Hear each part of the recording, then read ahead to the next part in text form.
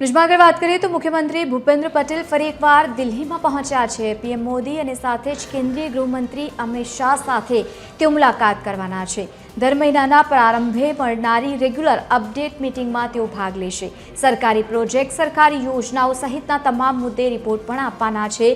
મહત્વનું છે કે મુખ્યમંત્રી મોડી સાંજે પરત આવે તેવી પણ સંભાવનાઓ સેવાઈ રહી છે। આ તમામની સાથે અનેક મુદ્દાઓ પર ચર્ચા પણ કરવામાં આવશે।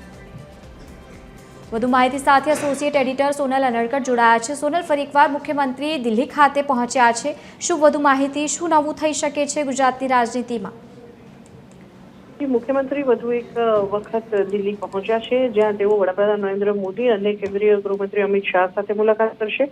આજની તેમની મુલાકાત છે તે રૂટીન બેઠક ગણી શકાય, કેમ કે દર મહિનાના પ્રારંભે આ પ્રકારની બેઠક વડાપ્રધાન બોલાવતા હોય છે, જેમાં તેઓ ગુજરાતનો ચિતાર સતત મેળવતા રહે છે અને ખાસ કરીને ગુજરાતમાં ચાલી રહેલા જે વિવિધ પ્રોજેક્ટ છે અને જે સરકારી યોજનાઓ છે તેની પ્રગતિ અને સાથે જે કામગીરી સરકાર તરફથી ચાલી રહી છે તેની પણ પ્રગતિનો તાકો સતત મેળવતા હોય છે અને તે અંતર્ગત દર મહિને મુખ્યમંત્રી વડાપ્રધાનને મળવા પહોંચતા હોય છે અને તેઓ ગુજરાતનો જે રિપોર્ટ છે, પ્રોગ્રેસ રિપોર્ટ, તે વડાપ્રધાન સમક્ષ રજૂ કરતા હોય છે અને તેના ભાગરૂપે આજની આ બેઠક મળવા જઈ રહી છે, જેમાં મુખ્યમંત્રી ભાગ લેશે અને સાથે ગુજરાતનો જે પ્રોગ્રેસ રિપોર્ટ છે તે વડાપ્રધાન સમક્ષ રજૂ કરશે।